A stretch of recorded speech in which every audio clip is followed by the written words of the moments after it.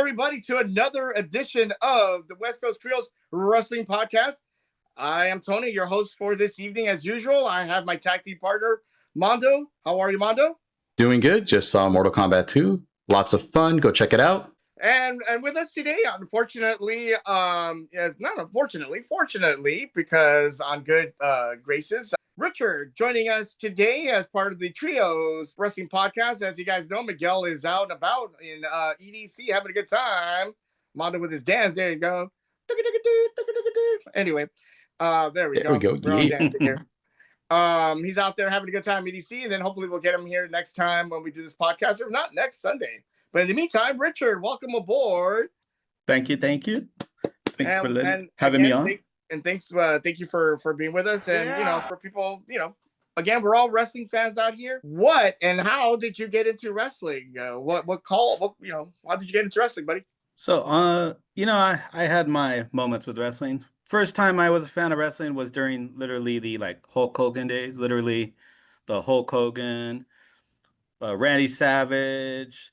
Exactly. Ultimate Warrior, all of them. Basically, I remember being 5, 6 years old, always watching WWF, watching all of them, all the commercials. I even had all those Hulk Hogan action figures that was rubber. I don't know if you know what I'm talking about, but there literally was full on rubber, but it was Hulk Hogan in his little underwear. Little kid playing with that. But no, yeah, I was honestly probably.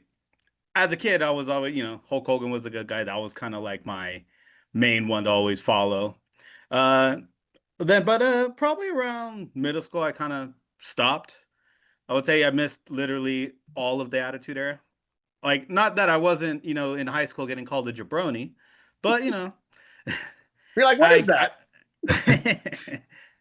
Well, I don't know. They just kept calling me that. I thought it was a compliment. But I pretty much started watching, I want to say around 2006, I want to say was around there. This was probably the start of, honestly, the PG era. I don't know. I just happened to start watching it then, but that's when I just started watching it around the PG era. And, that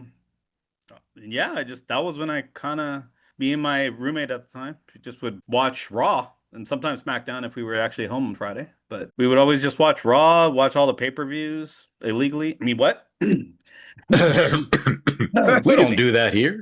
Black box. Clean. No, but I started off there and then had another mini break, and then I started rewatching it again during right before COVID hit. So kind of the pre-COVID and then around COVID. I just kind of been watching since. Cool. And then you were actually with us at WrestleMania here at SoFi, and we all had a great time coming in for those 2 days watching one of the last WrestleManias that was ran by Vince McMahon in his regime before it went to corporate TKO Final Boss and whatnot. But welcome aboard. Before we start, any favorite wrestlers that I know you mentioned Hulk Hogan. Any other wrestlers currently that you like to watch? It could be currently. Let's see. Yeah. Well, I'm always a fan of CM Punk and Roman Reigns. Even if I know sometimes the wrestling's simple, but honestly, I always dig into people who have really good mic work. If you have really good mic work, it's just it doesn't matter if you barely wrestle or you wrestle that much. It's kind of like a Roman. He could still go on the mic, entertain me, which is even just what he says. So they're kind of the ones I like watching right now. Okay, sounds good. That's we all they're the main eventers at the moment. They're up there for a reason. Like you said, it's wrestling is one thing, and then if you can talk it and back it up, bam, you got yourself a star. Because athleticism is one thing, but then if you can do what you can on the mic, especially in WWE, you could go a long way, and AEW can take you there too. But welcome aboard, Richard. Hopefully we get your analysis on some of the things that we're going to be talking about. And if you want to jump in to give your 2 cents, you're more than welcome to. We had WWE SmackDown coming to you live from, was it Columbus, South Carolina? This time around, 2 weeks ago, AEW was over there in South Carolina. This time around, WWE came on board. We saw the homecoming of Trick Williams to South Carolina. A massive, massive welcoming. If you guys saw it too, I mean, the fans were just on him, and he's just red hot at the moment. Whoop that trick. Comes out with Little Yachty as well. Yeah, he Having a comes out good with time. Cocky. Little Comes little out with Cocky, the team mascot. the Gamecock. Yeah. Comes out and they're all having a good time, and you get interrupted by the Miz and Kit Wilson, and they had a little back and forth there inside of the middle of the ring. And Richard, what did you think about that section there? I thought it was honestly a great promo.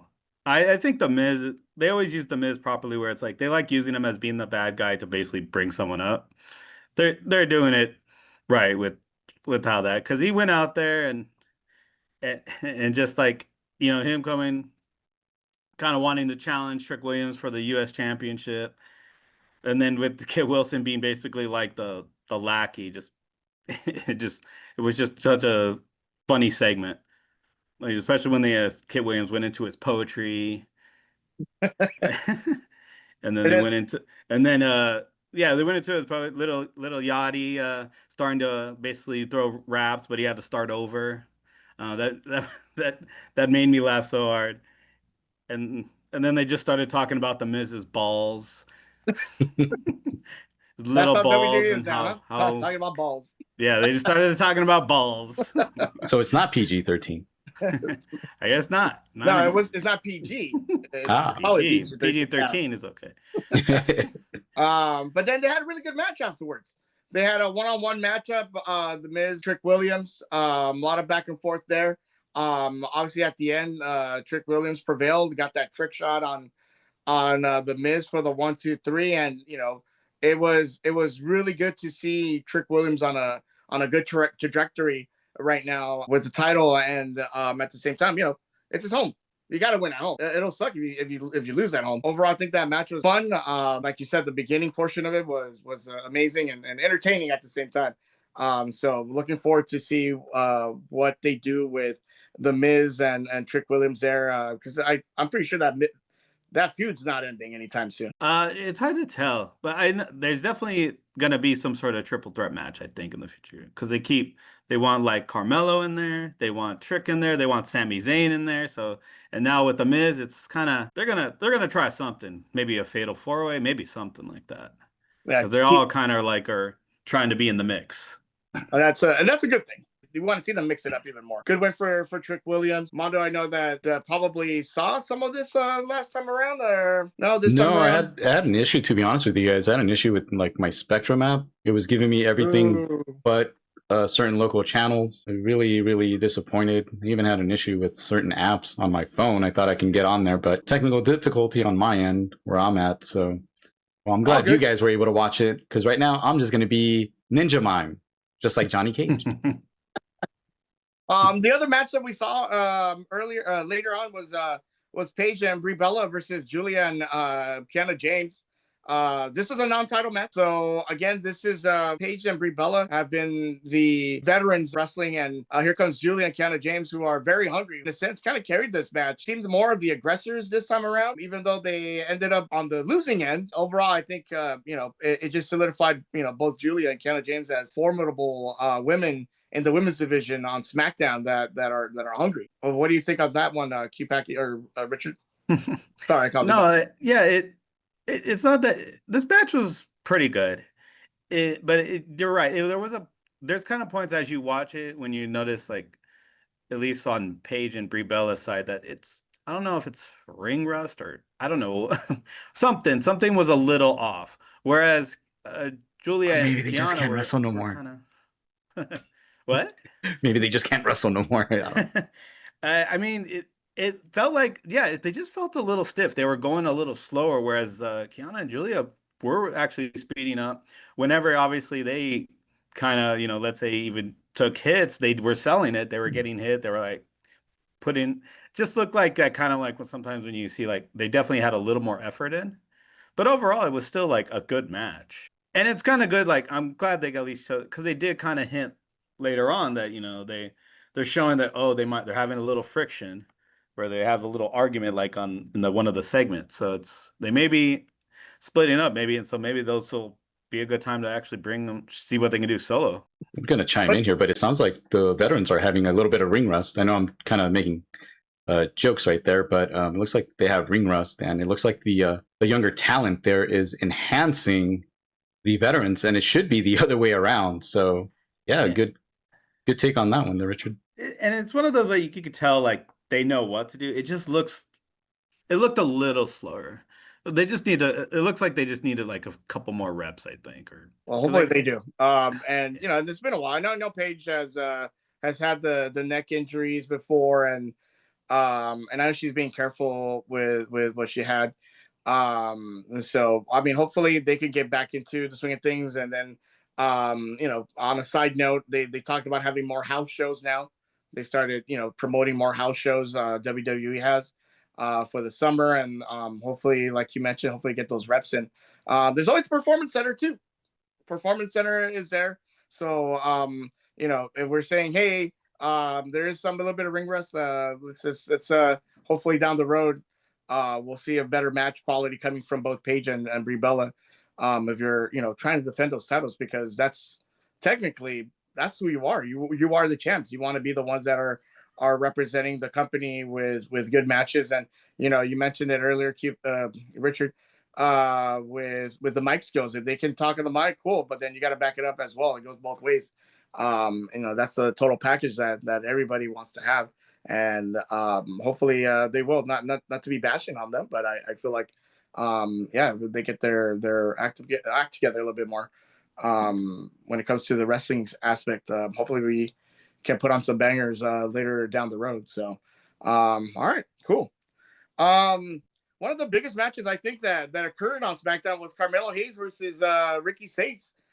First time ever in their careers when that they fought against each other. And it looked like they had a pretty good chemistry there.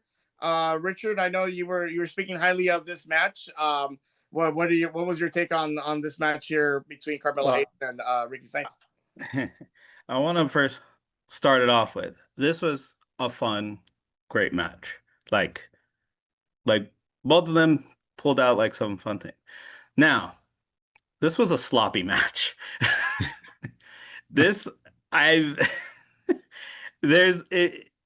I kind of want to almost rewatch it because it doesn't necessarily start off sloppy, but you could definitely at least tell they messed up some points. I need to go and get back to my notes because I want to say there was one where Carmelo Hayes jumped on the top rope and I think he fell forward but Ricky Saints kind of like improvised it to like, they meant to do that kind of thing. There was one that looked dangerous where Ricky Saints, I think he was doing one of his finishers where it looked like he dropped him on his head. Dropped Carmelo on his head. Like, yeah. It looked and then he pinned him. Luckily, looked like Carmelo was fine, but it was like, ooh, that was a little. Oh yeah, it was like a power bomb. Yeah, where he lifted him up like ropes. a power bomb, but like backwards. Yeah, and you could tell he was supposed to land on like his shoulders, but he landed on his neck. Yeah, I remember seeing it. I was like, I gasped, and I was like, holy shit. I was like, ooh, yeah, like it kind of caught me off guard because yeah. Because it looked a little. There was one where, so you know where they do the Ricky Saints on outside the ring, so Carmelo's gonna bounce off and jump over the ropes, I think he jumped over the ropes to land on him. He missed him. He completely missed him, but he was. Imagine if this was Ricky Saints. Literally, Carmelo just like slid off his back like that. Like he kind of went like. And so Ricky Saints like, ugh. Like instead of like actually like, landing on him, hitting him, and rolling. Well, you too. We're talking about ring rust between Paige and Brie Bella. I'm like, damn, if they then looks like Carmelo Hayes and again, it was the first time they've been in the ring together. So yeah, it basically, what I mean by sloppy is I feel like it was funny. What makes it good though is I think they fixed it up really well. Meaning like, I know I listen to like wrestling podcasts. One of the things I always say is like, if you make a mistake, don't do it again because then it looks like a mistake. And I want to say they didn't do that. They basically just kept going with whatever happened. But you can kind of tell it was a little like, whoa, what was that? Like, or when they try to grab each other, or it just kind of seemed very sloppy and very But at the same time, I'm very like it was very entertaining. It just felt like it actually, in a way, made it more realistic because they kept just going and kind of like just kept going with it. So I think that again it was maybe the first time around, and again going back to what we mentioned on a few seconds ago when it comes to having the house shows coming about. Hopefully they get to get back together, and hopefully they can build that chemistry, because I feel like I don't know, there's just some reports here and there. They do house shows often. Maybe it's just me, maybe I'm just a little bit out of touch when it comes to like seeing house shows being done. But that's where you build chemistry. I mean, I think that's where it's at. That's where the And reps come in, yeah, and you won't get something like what Richard must have witnessed on Friday Night SmackDown. I'm sure millions of people were watching, and that's something you don't want to get in a promotion. But these two guys, from what it sounds like, they're both, they've been in the game. They're not like relatively new to the business. I mean, they got to WWE for doing what they do at a higher level. So, perform at a higher level. That's all we ask. And please be safe out there. We know things do happen in the ring, but just like Richard said, don't just go out there just to do something. Like, you guys will have a great match. Maybe not this time around, but you guys are feeling each other out. And I think, from what it sounds like, they were kind of going all out. It's their first match. They have that whole feeling each other out phase. And then maybe, I haven't seen it, but this is just my 2 cents. Maybe somebody should have agreed on who is leading the match, who's calling the match, and just follow that. Because it seems to me both of them wanted to take control of the match, and it just wasn't working out. Like, oh, hey, whispering in the guy's ear, like, oh, let's do this, let's do that. But some guy, like, case in point, there's 3 of us. We have Tony, my brother, who's kind of taking charge of the whole, the whole organization of things. So I need to communicate that I didn't see SmackDown, so he's doing his best in controlling what we're trying to provide here. And it goes the same with those 2 people in the ring. Somebody's got to be, cliche as it sounds, the ring general has to be in there taking control. So we'll just see how that develops, and hopefully, knock on wood, we can see them down the road and they'll perform better. So Yeah, and I'm actually, even from this match, I know I was saying that, but that's why I kind of want to.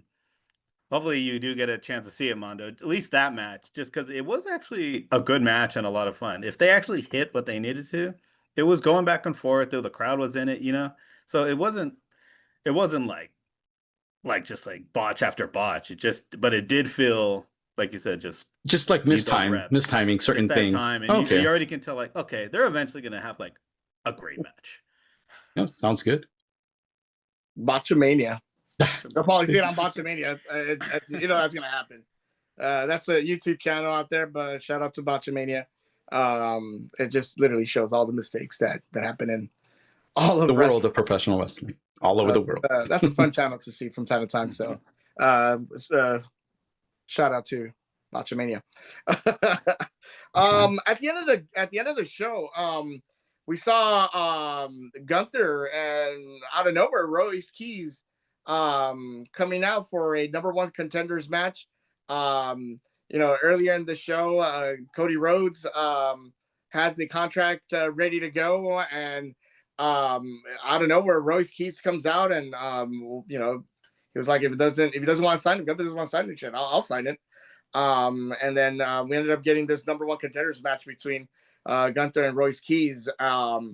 And overall, Gunther comes out on top versus Royce Keys without, with some sort of interference by Solo Sikoa there near the end of the match. But we got this set up, and then overall, I mean, it elevated Royce Keys up into the echelon in near the main event spot, kind of putting him in a situation where, hey, you know what, this is we saw him come in, red hot, but then this is like another level for him to say, hey, you know what, WWE is pushing Royce Keys a little bit more to a new program now, so to speak. So I know, Richard, you saw this match, and what were your thoughts on Gunther versus Royce Keys here on SmackDown? Oh, this was a pretty good match. Usually, I don't know. I feel like sometimes with Gunther, I don't know. You guys might have a different opinion. He sometimes can be hit or miss in his matches. I mean, granted, like I said, he's good talker. He's a good heel. Sometimes his matches can be, I don't know. I don't know. There's something A little about Stale. choppy here and there. yeah, You can say I guess, stale. Yeah. I miss the chops. Like I like things like that. And it doesn't feel like he doesn't like do things like that. He just He's just so he's it, just there now. yeah, but with Keys like and them, it actually was especially how they set it up and everything with storyline. It was actually a good main event. It was good just to like watch. Um, I know they kind of hinted at Solo was going to interfere earlier in the show with a little backstage segment, but it's kind of weird. So it seems like they're just going to make it more towards Keys towards the MFTs rather than I guess the championship for Yeah, the yeah, belt. and it's and again, it's just just giving him the rub, so to speak, just to kind of make it seem like he's part of the main crew. Putting him with Solo, maybe putting him in that program, and then I don't know. It'll probably go into something where he joins up and fights along Damian Priest and against the MFTs there. Because they had a little match with Tama earlier in the show Yeah. too. But overall, I'm really high on Royce Keys. I know he was in AEW, Mondo View, Powerhouse Hobbs. Powerhouse Yes. Hobbs, aka Powerhouse, was another Powerhouse Hobbs. I love that entrance. another I mean, that's his name right there. He's really a powerhouse. He just built and jacked, and hopefully he's one of those big names that WWE will build on and create another superstar. We already saw Obafemi already like out there. He's big, he's jacked, and he's crushing the competition. And we saw how he dominated on Monday Night Raw. And I don't think we touched upon that, Manda, but he made the other two guys. Not that he made it, but then it looks like Those Garza. the Garza got let go right after that, which Yeah, is, that's kind of weird to say. Hey guys, come on, welcome to Raw, but guess what? You're Get out. the hell out of here. You're Like- gonna do a squash match, Game fed to a Oba. handicap squash match, So and then get out. Did you like that? Well, there you go. Goodbye. There's a door. but again, I just feel like Royce Keys is gonna be a force to reckon with in the WWE coming up, and then we're already set up with Gunter and Cody Rhodes for Clash in Paris, so that should be a good fun main Italy? event later down the road. Once the card gets built up a little bit more, then hopefully that feud builds a little bit more as well. So more to come on WWE, and so that's for this edition of SmackDown, which is okay, which is really good. Before we go into AEW, Armando, I know you wanted to talk about Ring of Honor. Yeah, Ring of It's Honor. another wrestling promotion out there. This one's under the wing or the umbrella, so to speak, of AEW. So they had their own little pay-per-view over the weekend. And Armando, if you can give us a quick rundown of what you saw. Yeah, Super Card of Honor. Do this every year. First match, we had a pure wrestling rules match with Josh Woods and Nigel McGuinness, and very interesting. Every time I hear pure wrestling, I can never wrap my head around the rules, but there are 3 rope breaks. So once you use up your 3 rope breaks and you try getting the rope again, basically the ref is not going to stop. He's going to let the hold stay on until you submit or try to escape. That's pretty interesting. So before you go, like if I put you on a sharpshooter, so to speak, and Yeah. you reach the ropes, that's 1. That's If 1. I Yeah, put you on a sleeper hold the next time around, you hold on to the rope, that's 2. that's 2. And then if I put Let's just on say the you put me, Boston Crab, Boston Crab. Right. And then that's my 3rd one. I use up my 3 rope breaks. Let's just say you put me back on that sharpshooter and I reach for the ropes. It's going to be, not going to break it. Not going to break that. Okay. So that's pretty interesting. And then That's an interesting rule. Yeah. Yeah, there's a no closed fist rule. So if you punch somebody in the face with a closed fist, that's not permitted. So you get a warning. If you do it a second time, then it results in the disqualification. So playing into that disqualification, the third rule is disqualification and/or a countout can also lead to a title changing hands. Normally, we're not used to that. Oh. Usually, that's like the champion's advantage. You get disqualified or a countout, title doesn't change hands. But in this rules set for pure rules, it's titles can change hands. And then there's an interference rule. Basically, if there's any outside interference in the match, this will result in the automatic termination of the interfering wrestler from the roster. So no interference whatsoever, which is keeping it just one-on-one. Maybe they should add that to the Continental Championship there with AEW. And then because it is a 60-minute time limit, kind of like a Iron Man match, if the 60 minutes are up, maybe Bret Hart might have liked this. Back in the day, if it reaches the time limit and there is no clear winner, the outcome is decided by a panel of 3 judges. So there you go. Those are the pure wrestling rules.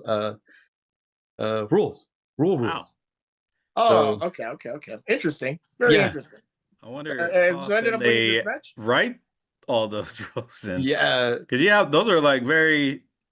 I mean, I could see some fun ideas when going into that, but at the same time, it's like, whoa, that's interesting.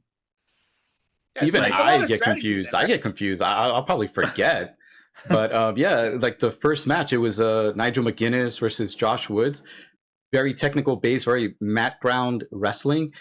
At one point, I think Nigel McGuinness must have struck Josh Woods really hard because he was just dazed and confused. And after that, I'm glad that Nigel McGuinness, the ref, and even Josh Woods, to a certain extent, kind of noticed, like, yeah, you know what, I'm not all there. So I feel like they kind of shortened this match just a bit. Interesting rules, very good match, but I feel like the outcome wasn't the one we were supposed to get. So Nigel McGuinness won by getting the 1-2-3 there, pinning him. And then we also had a second match, and trust me, Supercard of Honor, there was a lot of titles on the line. Second match was the Ring of Honor Women's World Television Championship on the line with Red Velvet against her longtime friend down in CMLL and around the world. They just kind of know each other. She's a Filipino wrestler, Viva Van. And I actually like this match. This was very mat-based technical wrestling, which I enjoy. And these two ladies did a great job in making me believe like every strike, every hold was putting Red Velvet in a dire situation. But in the end, you know, Red Velvet gets the win straight out of your mama's kitchen. That's her whole gimmick there. She's stirring it up. She's still the Ring of Honor Women's Television Champion, followed up by the Men's World Television Champion of AR Fox versus Leo Rush. Dude, AR Fox, very underrated wrestler. If you have the chance, I know Lucha Underground is going to be under the TKO WWE umbrella. Hopefully they have the backlog. This guy is just great. The innovative offense that he has. He did like a springboard off the post to the outside to Leo Rush. Leo Rush the same. He's kind of like a possessed Schmeagol from Lord of the Rings. You know, he's acting all crazy, but he's pulling out some weird and crazy stunts. This match was a lot of fun. Action Andretti, may not know the history there, but long story short, they were a tag team. Andretti got injured, and then we saw Leo Rush descend into madness. Andrade. El ídolo. Action Andretti cost Leo Rush the title, and that was something where it was very interesting to see. And this match was just great. If you guys don't have the Honor Club, which is $9.99, go out, get it. Just subscribe for 1 month. Check it out. They have a big catalog of all the Ring of Honor catalog dating back to the early 2012s. And there was just a lot of matches just to go through. Mhm. But another one of these were there was a trios match. That was a lot of fun. It was the Shane Taylor Promotions issuing an open challenge, and it was answered by Dalton Castle and the Outrunners. Great fun match. Yes. Great fun match. I love the Outrunners. They're a great tag team. Put them with Dalton Castle and the boys. You know, they come out.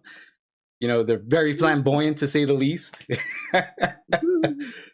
In the end, this match was a lot of fun. You got new trios tag team champions for Ring of Honor, and much deserved to those guys. All three of those. Do their belts look like this? Do they do this anymore? Does it have this like logo? Or They is do it have the based trios more logo. AEW? It'll say like ROH. It'll have that. Yeah. And there was other versions of the women's pure title, and the I just want to get to the meat of the matter because it was such a fun pay-per-view in my eyes. I just like the pureness, the technicality, and there's something for everyone up and down that card. The men's Ring of Honor World Championship title match between your champion Bandito versus Blake Christian. They hyped Blake Christian so much in this package that I actually believe that we were going to get a new champion here, guys. Great, solid outing on both these guys.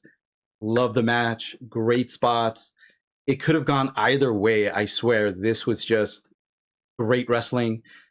Blake Christian came up just short against Bandito, but the aftermath of that match, we saw Swerve Strickland attack Bandito by any means necessary, and I'm hoping with his quote, by any means necessary, who do we think of? I'm going to go back to the Nation of Domination, by any means necessary.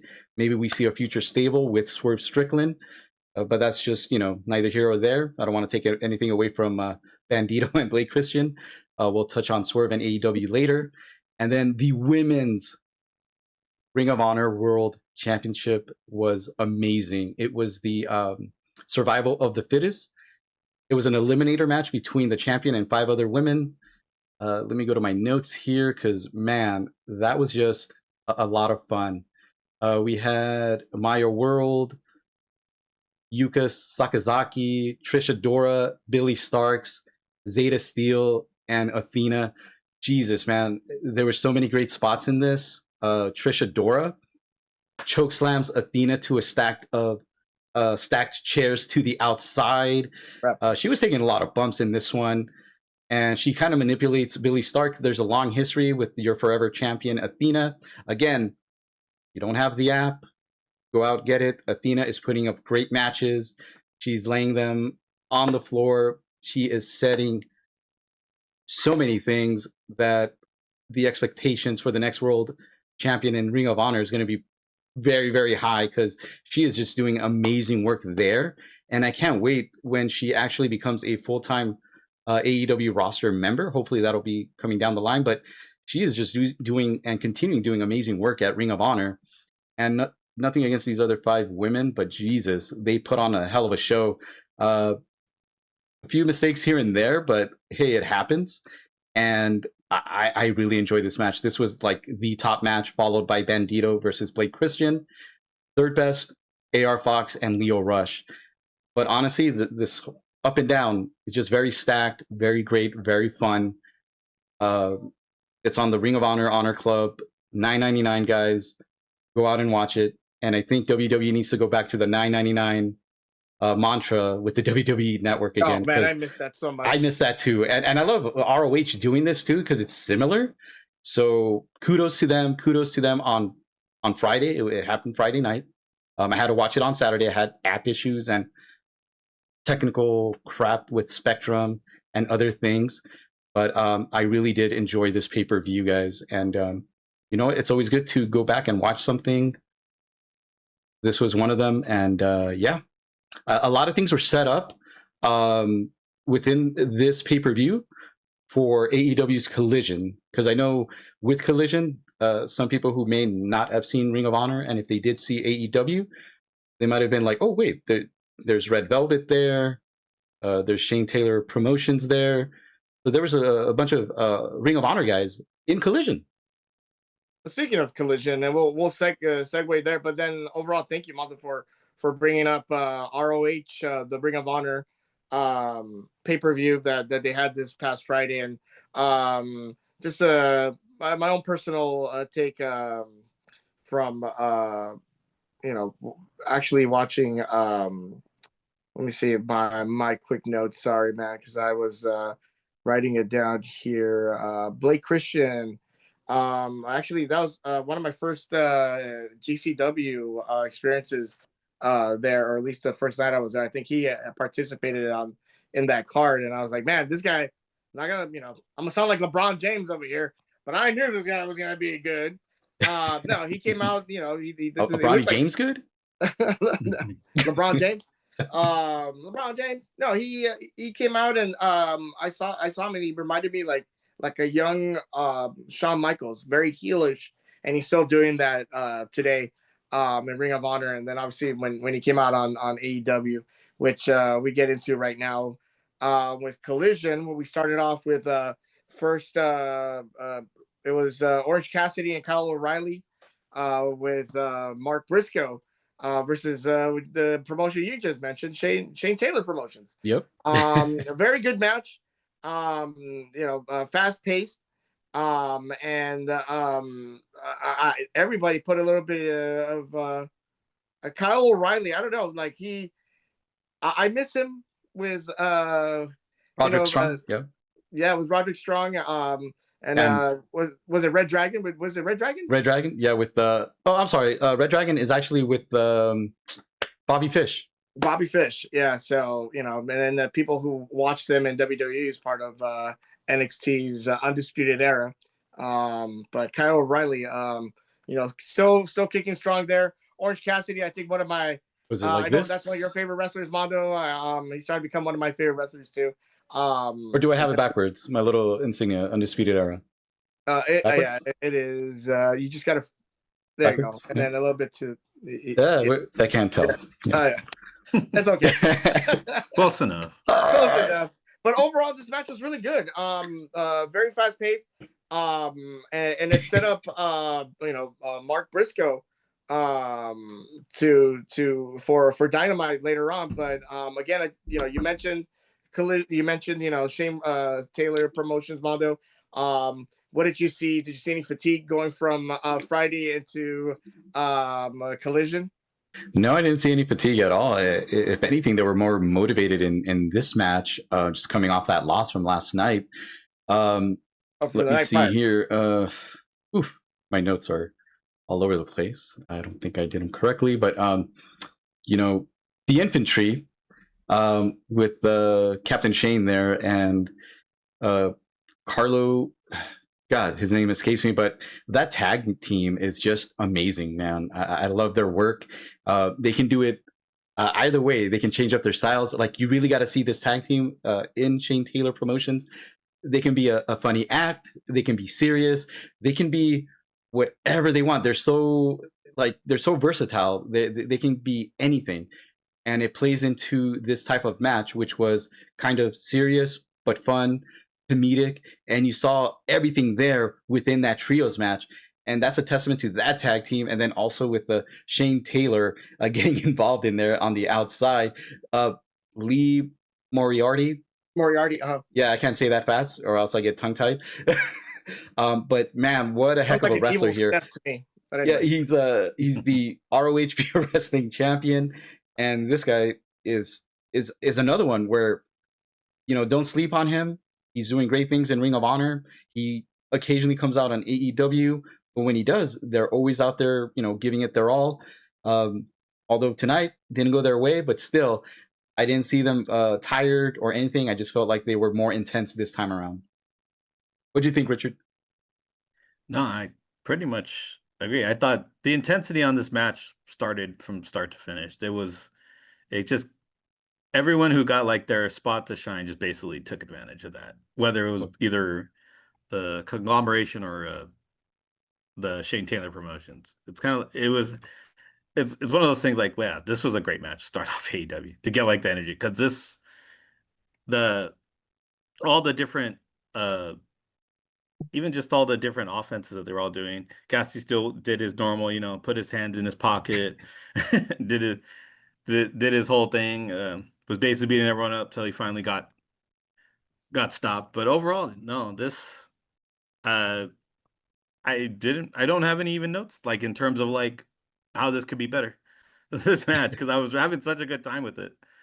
No, yeah, I think it just at the end of the day, like it just when it ended, you're like, oh man, that was a great match. I mean, regardless of what the ending was, but my takeaway was, Mark Briscoe being set up against Tommaso Ciampa later down on Dynamite, which is gonna be really good.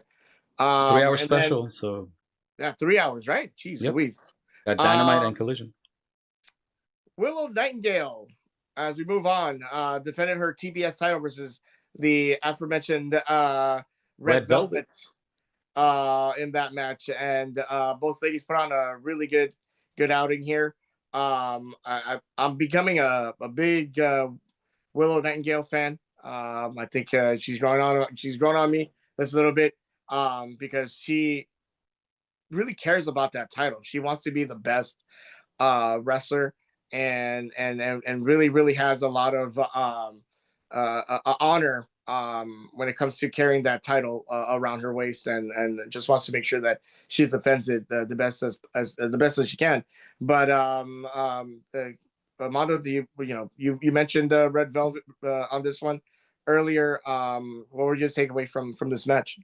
I think it was a great match. They're a solid outing. You had Red Velvet coming off the win from last night's ROH pay-per-view. She wanted to not only prove something to herself, but prove something to Willow Nightingale that they made a mistake in putting her in the Owen Hart tournament there this year. Red Velvet didn't make the brackets, so she felt a little offended by that whole situation. So they came out strong. This match, it was a showcase of Willow Nightingale's strength and Red Velvet's quickness and tenacity. And there was a point in the match where I think maybe her outfit might have caught the ropes because it looked like she wasn't bouncing off too well. And I think maybe the string on her back was getting caught or something because it felt like she wasn't bouncing off the ropes too well. But other than that, I enjoyed this match. This is one of those things where they've seen each other, they have a feel for each other, and it just shows. And there was a point where Willow was just kind of, like you said, she's showing the prestige of the TBS title, but then also I'm seeing a little bit of arrogance in Willow Nightingale, which is something I'm not accustomed to seeing, but I like where that's going. So hopefully they can build upon that storyline wise. Richard, what do you think? No, so I'm gonna admit I don't watch a lot of AEW, so I didn't know any of these wrestlers. I'm like, I'm gonna watch this, and I will say I'm a fan of both of them. Now, this match, like, because especially let's start with like Willow Nightingale. I think she's kind of like more of a bigger powerhouse kind of woman wrestler, but you could still move, and you could already tell she can basically work. She can get the work in. She can sell if she needs to, even though, like I said, she's tends to be more of a powerhouse over what Red Velvet was. Red Velvet more of the like smaller, high flying, but still, is this the first time they wrestled each other? About maybe 2 or 3 times already. Okay, because then it helps because I'm gonna say like they pretty much knew how to work with each other. I didn't. That's funny. I didn't even notice what you saying the wardrobe thing off the walls. I didn't even catch on that. I guess I was still watching. Like I'm like, oh my god, huh? No, this match really was a back and forth. I actually didn't know if they were even gonna change the championships now, because to me, I'm like, their promos even beforehand. I was like, I was into it. I'm like, oh, okay, it's good promos, especially like not knowing who they are. I'm like, okay, they're good promos, and then just going out, pretty much having a excellent match. Like I want to see their other matches, or they need to have a rematch, because it was honestly back and forth, really well. There you go. Made a fan out of Richard right there. So that's a good thing. And that's what when we have these conversations, when we talk about wrestling, and then you guys out there listening to us, we hope that you guys are enjoying what you're listening to, and at the same time, hopefully, we're doing our best to get you guys excited. If you're not too familiar with AEW, or maybe you're not too familiar with WWE, that you guys can check it out. Mondo mentioned the Ring of Honor. There's wrestling there.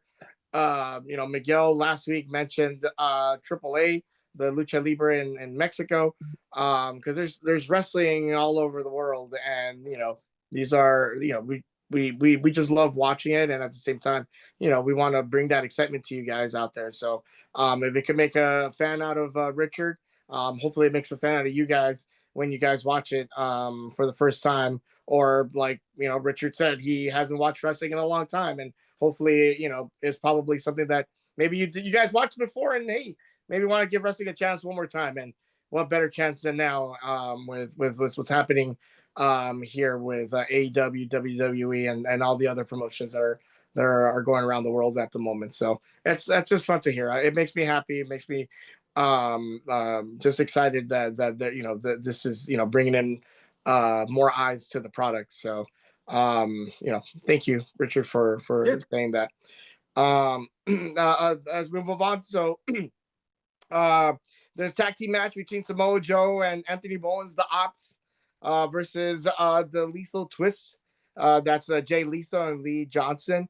Samoa Joe, Anthony Bowens. They're putting themselves out there in this match. Jay Lethal and Lee Johnson, which I really love. They had this spot where they had, was it the King's Elbow?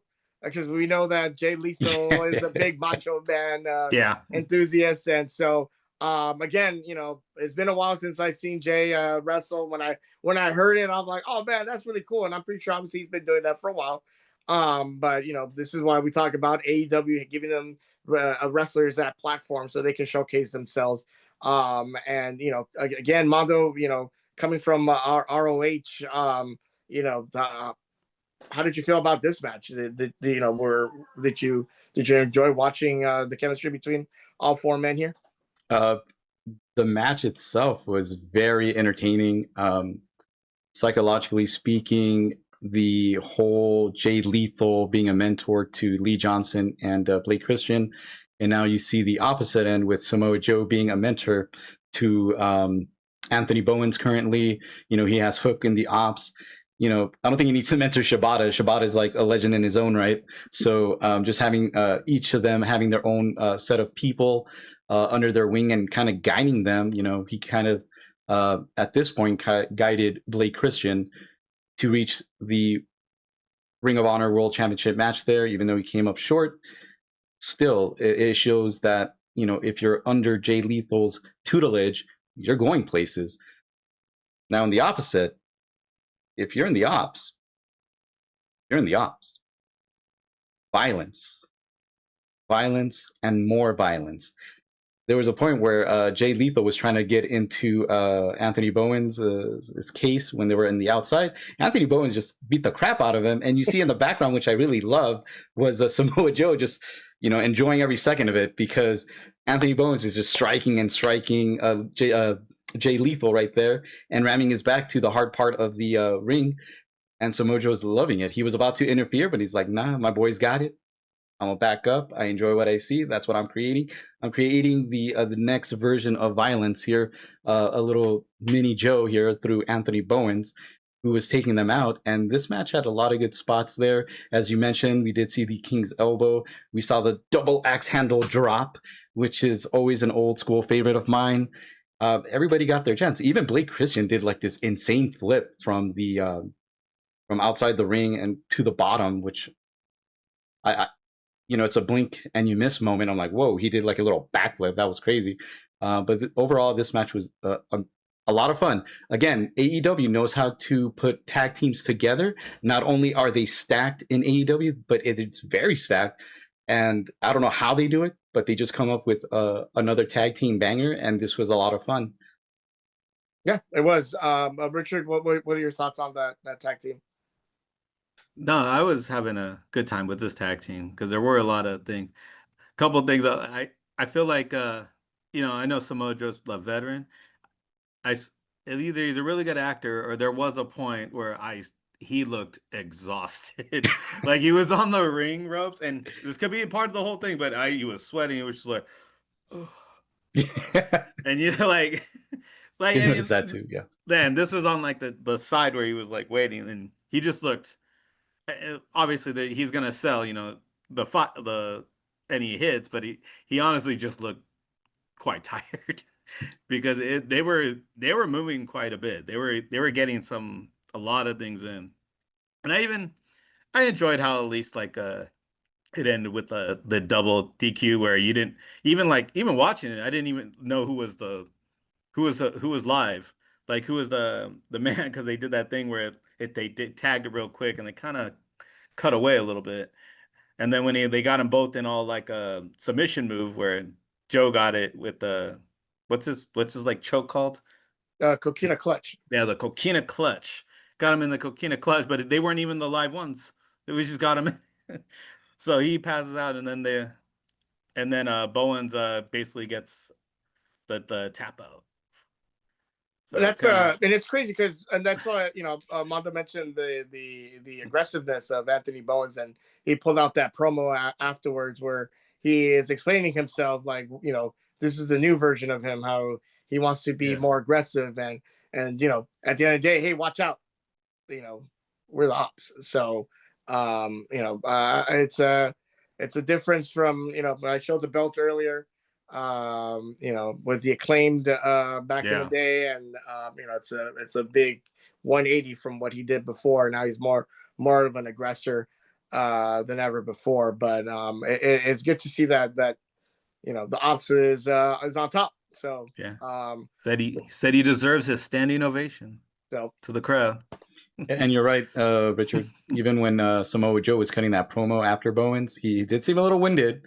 He was Yeah. getting tired. Like, 'cause they were like going SpongeBob over intense. there. 'Cause Tired. he's calling out Will Ospreay, but he's like, I need to breathe. I'll catch you later. I'll be there. You be there too. Somebody bring me some water. Brian Haley too. No, that's not. He's got to kick our ass. Yeah. Like, hope he doesn't see this bitch. Hello, Joe. We love you. We love you. we love you so much, Joe. Moving on. Joe is gonna kill us. Joe is gonna kill us.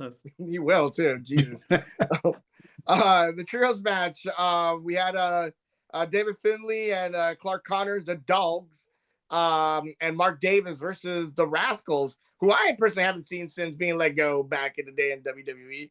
Another fun match. All three, especially with the Rascals, just doing what they do best, and when it comes to pulling off their moves. And Mark Davis, ever since he won the title, I mean, what a powerhouse he is. Not to take away anything from Powerhouse Hobbs, but geez, he does these. It reminds me of JBL with the clothesline from hell, the finisher, and he does these power not the power driver. Jesus Christ, those power drivers that he does. I haven't seen those in a while, but I mean, he can execute those and make it look very vicious. And I think overall this match was fun to watch. And I think the Dogs and Mark Davis, just a little warm up to Armando's favorite match coming up in Double or Nothing, which I think they're gonna go down, but we'll talk about that later on. But anyway, We'll see. We'll see. We'll see. All right, we'll see. Richard, what did you think about that trios match? Oh yeah, another team. I actually didn't know who they were. It's funny because the Dogs, right, started off with I forgot one of the name where someone was trying to give him like a toothpick. Oh, And he Clark dropped Connors. it. He's like, it's okay. And then just goes and beats him up, and then they go to the the ring. guy from backstage. Yeah, that's like their stick. They do that all the time. It's just like they mess with somebody in the back. I love that too. Was like, it's just kind of funny because I don't know. It reminds me of like when you watch those old action movies, and it's like the villain is just evil for the sake of being evil, kind of thing, where they're just like, you didn't feel this right. Okay, no, you're fine, and then boom, like, so made me laugh. No, but overall it was good. The Rascals, good trio, good jumping around trio. Yeah, Like they even like they did their thing where they all three of them go over the top rope, and they all landed it pretty much spot on, right on everyone. So they were definitely like high flying. I was rooting for them, but you know, I figured after I figured I saw that the Dogs were gonna appear at the pay-per-view. I'm like, oh, they're not gonna make them lose. No, another fun, exciting match. Again, just booking wise, they're doing a great job letting these guys wrestle, letting them do their thing. Richard mentioned before, you know, Clark Connors doing his heelish tactics. He even got under the skin of one of the Rascals in the beginning, because usually we'll see them come out and they'll do their little thing. Clark Connors kind of just got in their heads already, distracting one out of the three members of the Rascals. Man, what can you say about David Finlay? But man, just making the other team look good. He's selling very, very well. Even Mark Davis, man, big guy, he can move around. Like you said, he has that that version of the clothesline from hell. I guess he puts them on the rope, and then he'll bounce swing. off He'll the make rope, them up. Yeah, they'll in turn they'll jump off. Yeah, and he'll go to one side, and then he'll come with that hellacious clothesline, excited line, and you know, just another testament to how AEW likes to do their booking. Even though it's a different style, they just kind of mesh well together. And I'm not taking anything from WWE or AEW or any other promotion, but it just seems like when you put the right people in there, good things can happen. And it's just, again, trusting the other person and just, you know, doing what they do best, you know, and just understanding like, hey, you know, we kind of got a feel for you guys. And they just pulled out another amazing, fun trios match. Could have gone either way, but I was going for the Dogs and Mark Davis here. There's too many Christians. There's too many Marks. Like, you know, we had Mark Briscoe to start the day, and we almost had Mark Davis close it out. But who did close it out? He did close was Darby Allin versus Sammy Guevara for the AEW Championship, and the match started off with a curb stomp, so to speak, on Darby Allin, and you know, you saw the effects of it near the I mean the first 5 minutes, holy crap, like first 5-6 minutes of the match, there's already a table spot, ladders and table spots where Sammy Guevara just lays out Darby Allin with that senton bomb, and holy crap. And then afterward, and then you see that it's the Scorpion Deathlock being applied, and then Darby Allin just all of a sudden that the shot. Holy crap, where did Richard go? He'll be back. Oh, there he is. There he is. It's getting dark. I was like, I'm very mysterious while you're talking to me. I was getting more and more mysterious. I'm just like, the Undertaker came over to your house. He turned off the lights. And I'm like, hey, who's talking? Richard after dark. But sorry, Tony. Sorry, no, you're good. No, I'll just say that you know, Darby Allin ended up kind of, you know, with that curb stomp, and then, you know, having that spot on the table, like, you know, dozing off. But this whole match was like one of those where, hey, let's beat the crap out of Darby Allin for most of this match.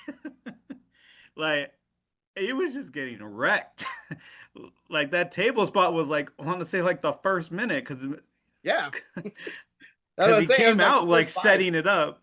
He came out setting it up. It's funny because the other table he just left upside down. I'll just leave it here. It's just like, nobody's got time for that.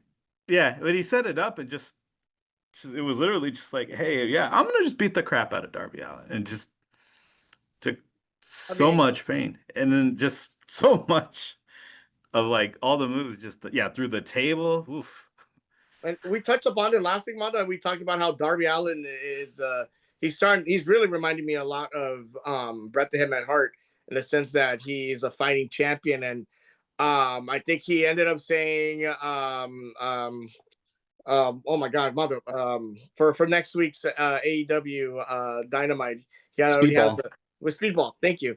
Speedball, even before the match, he's like, Speedball, you want some? You know, so to speak, you know, you're on. Come get some. You come. I wasn't gonna go that route, You can. It's fine. but in a sense, he just said, "Hey, you're on. I got you next week. If you want this, step up, man." So he's going to. So anyway, with that being said, yes, Darby Allin did win the match. Again, fighting champion. Very very high risk himself. There was a point in the match where one spot from Sammy Guevara, we actually missed that table spot, which led into the Scorpion Deathlock. Well, not the Scorpion Deathlock. I'm sorry. He did the. It was towards the end of the match, but yeah. This is where he got to the top rope and he just Did landed the coffin backwards. drop. The coffin drop, and for the 1, 2, 3. That's how it ended. Again, I can't say enough of any bad things about Darby Allin. He's just putting everything on the line, showing his guts and determination to be that fighting champion. The only thing I was going to say also for Sammy, the only spot that I really really irritated me, if you're going to pay homage to Eddie Guerrero, and you're going to do the Three Amigos, do that shit right. Yeah. Like, what the hell is this? If you guys aren't familiar with the Three Amigos, it's pretty much 3 suplexes in a row, but with Eddie Guerrero, he'll twist his legs to give himself momentum to get up, and then he'll do the suplex. But in Sammy Guevara's case, I don't know what the hell that was, what he was doing with his legs. It just looked like a little baby, like moving his legs. I will say this. And we'll get back to you, Richard. Sammy Guevara, I don't like. There's nothing appealing to him, to me, or he doesn't appeal to me, I should say. Cannot speak Spanish. This whole Spanish God thing, drop it, dude. I'm sorry. You're a no sabo kid. And I'm being like 100 right here, because if you're going to start talking Spanish, take some Spanish lessons. And if you're going to say you're Spanish, at least attempt to learn the goddamn language. Hermano, like, dude, come on, hermano. Dígame, por favor, si vas a hablar español, aprende cómo hablar correctamente. My Spanish ain't that great, and I know not to speak too much Spanish, but bro, if you're going to cut a Spanish promo, get some lessons. And 2, get some lessons on how to pay homage to Eddie Guerrero. Like, come on, dude. This crap with your legs. Come on. If you're going to be the pillar of AEW, learn to speak. Stop saying the promo twice, because that promo that you cut before the match was the same one you said last night. You could have done something differently, but you didn't. You're stale. Honestly, you just take high risks. Darby Allin can speak. Darby Allin can do that. He's more believable. And I'm sorry, somebody said it already. I'm like, you're going to be a less famous Miz. That's all you are. That's my 2 cents, and I'm sticking to it. Yeah, I will just say the Three Amigos thing. Weirdly, that was like the match was, like you said, he was doing a lot of high risk moves. That's great. And there was a couple like things here and there that was kind of cool, like when he got pushed into the chairs and then kicked Darby Allin. The steps, the metal steps, got pushed in and did like a move where he kicked. So it's like you could do some moves. I didn't know why you needed to do the Eddie Guerrero thing. This is the homage to him, but it is like that whole gimmick of being Spanish. But yeah, even as I just wish he could have done a better job. It's so funny you saying, "Oh, that he's Spanish." Me looking at it, I know that was his name. I'm like, I was not guessing he was Spanish. He's like I don't know. He's I trying don't to be speak any annoying, Spanish, you know. but I'm like that. Even me looking at Then- that, I'm then like, he's why got is he me. talking like that? Like, But And you like surely you got know, me. it's an equivalent, not equivalent, but so like something similar. I think more of a Dominic Mysterio, even though he's from San Diego, and I think he could talk better Spanish than Sammy Guevara. And No, it's proven he can talk better than Sammy Guevara. I mean, this guy went on. My wife follows these. I think they're the Bueno Bueno guys on YouTube, and he's speaking like very, very good Spanish. And he's been on Spanish radio stations. Like when they were here for WrestleMania 42, he was on a talk show that I used to listen to on AM radio. And then they also mentioned that he was like, speaking Spanish, and then they actually had him talking Spanish. And I'm like, dude, this guy, like, okay, I like I said this in the past. I like comedic Dom. That's one thing. Him in the WWE being, you know, Poppy version 2.0 or whatever, that's something totally different. But going back, this guy, he knows how to speak Spanish. He knows how to literally get under your skin. And I like that. He's very funny. He's very entertaining. Sammy, on the other hand, no. If you want backing from the Spanish community, please learn Spanish. And if you're going to pay homage to somebody, do it right. Yeah, and I agree with that. And but not to bash on him too much. No, I will. Even though we are, I know that just on that one thing alone, just because we adore Eddie. But overall, this match was really good. The spots that they put together again. Darby Allin being the fighting champion that he is, and just showing that there could be some fatigue from delivering matches day in and day out. The next there one was a point where, like you said, where he had the Scorpion Deathlock on and he just collapsed. Yeah. Almost like a Shawn Michaels type of like. They're really pushing that he's basically like gonna burn himself out before his MJF champ versus hair match. And I hope he doesn't. I really, and again, we'll have our on the next show we could probably do our predictions for Double or Nothing, but I just hope not, because I know he has another match coming up with Speedball, and then we'll get into Sunday's All or Nothing.